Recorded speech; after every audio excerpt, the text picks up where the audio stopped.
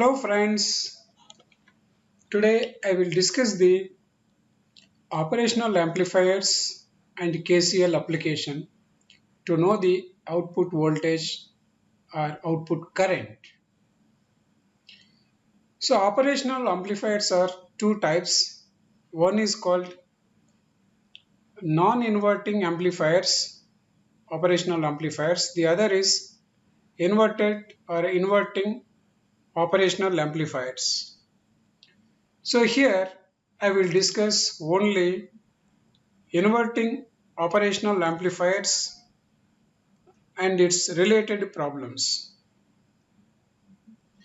So in general, the features of operational amplifier is like this. The input impedance is very high, or we can say infinitive, whereas the output impedance is ideally zero or very low value. These are the two characteristics that we have to keep in mind. Similarly, in the inverting operational amplifiers, whatever voltage is there at the non-inverting terminal, that voltage we treat that as at the terminal of the inverting terminal. And for this inverting operational amplifiers, the input voltage or input is given, or input signal will be given normally to the inverting terminal. So let us take a problem. This is a inverting amplifier. So if you look at this, here this is positive terminal, this is negative terminal. So this negative terminal is called the inverting terminal. Because we know that the input impedance to the operational amplifier is infinite, so no current flows into this amplifier here. So if you look at this, the non-inverting terminal or positive terminal is grounded, means the voltage at this point is zero. So automatically the same voltage will be available at this point also, that is at inverting terminal. At the inverting terminals, there are two supplies connected via two resistors. So 5 volt supply is connected via 10k resistor, and whereas 6 volts supply is connected via 10 kilo ohms resistor to the inverting terminal like this. Then this inverting terminal is connected to the output terminal via a 10 kilo ohm resistor. So now we want to know what is the output voltage V. So to know this, so there is easy way to solve it, that is applying the KCL at this junction.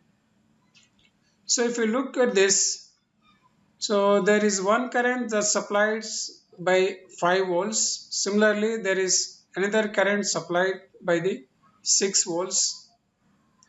So there are two currents entering this node, that is one from this, the other from this. Whereas one current is leaving this junction, that is this I. So what is that current that's supplied by the 5 amperes into this node? So as I said, the inverted terminal or inverting terminal voltage will be same as the non-inverting terminal. Non-inverting terminal voltage is 0, so here also the voltage will be 0. So 5 minus 0 divided by 10k is the current supplied by the 5 volt source into this node. Similarly, from 6 volts also 6 minus 0 divided by 10k. So this is another current supplied by the 6 volts. So means there are two currents entering at this node. So then, as per KCL, the algebraic sum of the currents at a junction is equal to 0, or the sum of the input currents must be equal to the sum of the output currents, or sum of the currents entering the node must be equal to the sum of the currents leaving the nodes. So here there are two input currents, there are two currents that are entering at this junction. So that is one due to the 5 volts, the other is due to the 6. The leaving current is, that is I, is nothing but, see, this is the voltage. That voltage is nothing but 0 volts, because this voltage is nothing but the voltage of the inverting terminal, that is 0. 0 minus V divided by 10K, that is the total current that flows from this node. So that is 0 minus V divided by 10K. So it is nothing but we have applied KCL at this node, that is the sum of the entering currents is equal to the sum of the currents leaving the junction.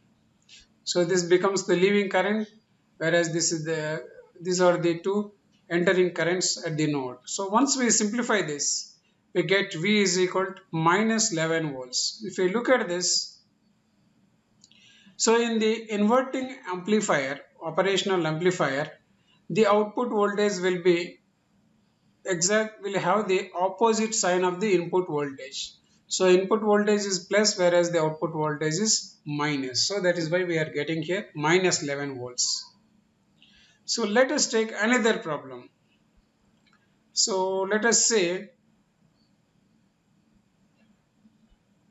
we have a